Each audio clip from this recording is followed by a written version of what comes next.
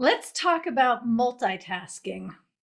If you're into productivity, leadership, excellence, high standards, you know that multitasking very definitively has been shown to decrease both the depth and efficiency of work that is done. There is, of course, an exception for people who are CEOs or high-level managers who are interacting with people, like lots of different people. There are lots of interruptions in their day, and that's how they thrive. But we're not actually going to talk about that particular exception and focus on the fact that whether it's assembly line workers or physicians, attorneys, entrepreneurs, executives, whoever it is, house cleaners, multitasking diminishes the quality and efficiency of the work that you do. And the most cutting edge and advanced workplaces are set up so that that fact is taken into consideration so that the people who are doing work can focus without distractions and so on. We know this to be true in the workplace, but what about in your relationship? Have you ever thought of how this is relevant in your marriage? I'm not even talking about tending your marriage, communicating with your spouse, flirting, or discussing logistics while you have a 2-year-old screaming and holding onto your leg. I'm not even talking about multitasking because there's so many things going on. I want to talk about multitasking while the two of you are focused on having a conversation with one another. And if you're in good spirits and feeling jovial and laughing and joyfully interrupting one another, then sure, you can multitask and have the conversation go in multiple directions simultaneously because it's all part of the high vibe that you're in. And in that circumstance, it's not going to be the favorite mode for many an introvert, but it does work. But whenever you have a particular goal, a particular task, something logistical, or you have something which is challenging, vulnerable, you feel stuck with one another, you're not sure how to get something across, you're frustrated, irked, and altogether not aligned, in those scenarios, multitasking also has impeding functions. And let me be really clear what I mean. I'll tell you a story. So years ago, I was coaching a couple and they did so beautifully. They had a number of primary issues that they wanted to resolve and transform. And let's say they had 5 different things that they really wanted to focus on as outcomes of coaching with me. And relatively quickly, we moved through 4 of them when all 5 had been really troubling before we started coaching together. But there was that 5th one that was really a sticky issue. And no matter how much she up-leveled her inner self-talk and the emotional quality of her presence and her self-respect and respect of her husband, and no matter how much he grew his leadership and the quality of his attention and conveyed how much he cherished her, no matter how much each of them grew, they would end up circling back to this one particular issue and getting kind of stuck in the same place. Now, they did it with more elegance, with less resentment, with less drama, but they still were stuck on this issue whenever they would talk about it. And so the woman said to me, how do we get off this treadmill? How do we, never mind resolution, just not feel so stuck? I started thinking about it. And I think 2 or 3 days later, I was having a conversation with my husband, and I realized that he and I were having the similar kind of experience that my clients have with one another. In other words, with Rod, my husband, and I, we hadn't even been in this kind of space for probably a few years, but suddenly it just felt like deja vu. It's like, okay, he staked out his position. I staked out my position. I really care. He really cares.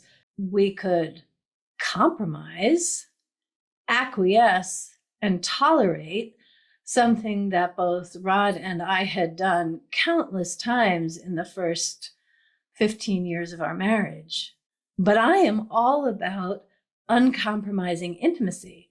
I think compromise is the worst relationship advice that is given. Well, maybe not the worst, but it's certainly poor advice. In fact, if you're a new listener and that's unfamiliar to you, I will link to an episode where I talk about uncompromising intimacy and what it means to me. But the point is that for me personally, I wasn't willing to just compromise, let this thing which had arisen between Rod and me just kind of die down, ooze away, get walled off in an emotional cyst, hopefully to just keep quiet indefinitely. That was not something that I was willing to do personally. And the professional part of me recognized that Rod and I were in the same kind of trap that these clients of mine had been in. I still am someone who sometimes is more motivated to help others than to help myself. I've been working on this for years and I'm so much more evolved. But anyway, when this had happened, it still was the case, which was great because I was really motivated to be able to help my clients, which inspired me to stay in the thing with Rod longer than I might have. Anyway, it meant that I opened up to new perspectives, new creativity, like everything I'd ever tried since Rod and I met and first started having stuck places between us, everything I'd ever attempted since we met in 1993 hadn't worked. So I knew I needed something fresh, something different. And I'd already been teaching hundreds of people about the importance of cultivating curiosity, of having open-ended questions and openness to the other person's perspective without sacrificing mine. It's not like retreating in battle.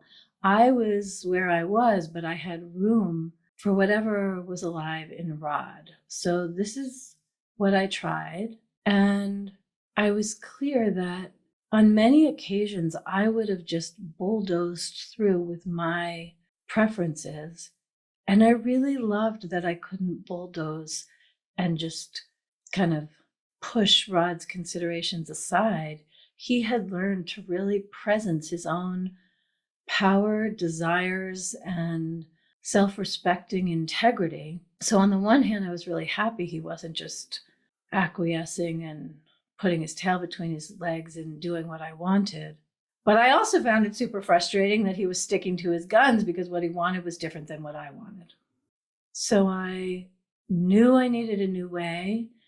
And I thought, okay, I'm going to put all of what matters to me in this moment, my frustrations, my desires, all of it, I'm just going to put it to the side. I'm not throwing it under the rug. I'm not burying it. I'm not putting it in the garbage disposal. And I'm not burning it. I'm just temporarily parking it on the side so that I have room to really take in whatever it is that Rod is thinking and feeling and experiencing. As a side note, it is so common for people in conversation to have the following experience. Let's say person A is talking. Typically, person B will listen long enough to know what they want to respond. And once that happens, person B has a lot of attention on their reply and a lot less attention on what person A is saying. And in fact, when I coach couples, I often have them have a piece of paper or a pad on hand so that when person A is talking and person B gets a bunch of ideas or wants to refute what person A is saying, they can just write it down so they won't forget and bring their attention back to a deep, authentic listening and receiving of what person A is saying.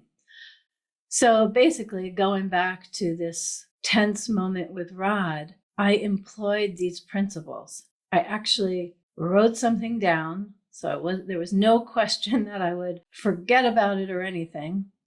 And I opened my heart and I opened my mind, and I asked him to share from his perspective. I said, I've been looking at things differently than you. Will you paint the picture through your eyes? Why are you saying what you're saying? Why is it important to you to proceed in this way? And he was shocked because I had never met him on this issue with this kind of emotional tension, with an openness and a genuine curiosity to understand what was alive for him. And he shared with me, and I was open and I received it. And I didn't internally reject it. On principle, I wouldn't have, but it wasn't complicated. What he was saying made a lot of sense.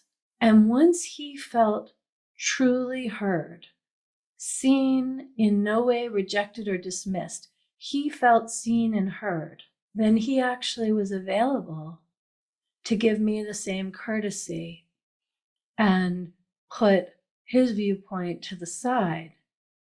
But when I picked up what I had parked and brought it back in, I was able to bring it in a way that it made us laugh because we couldn't even really evoke what the tension was all about.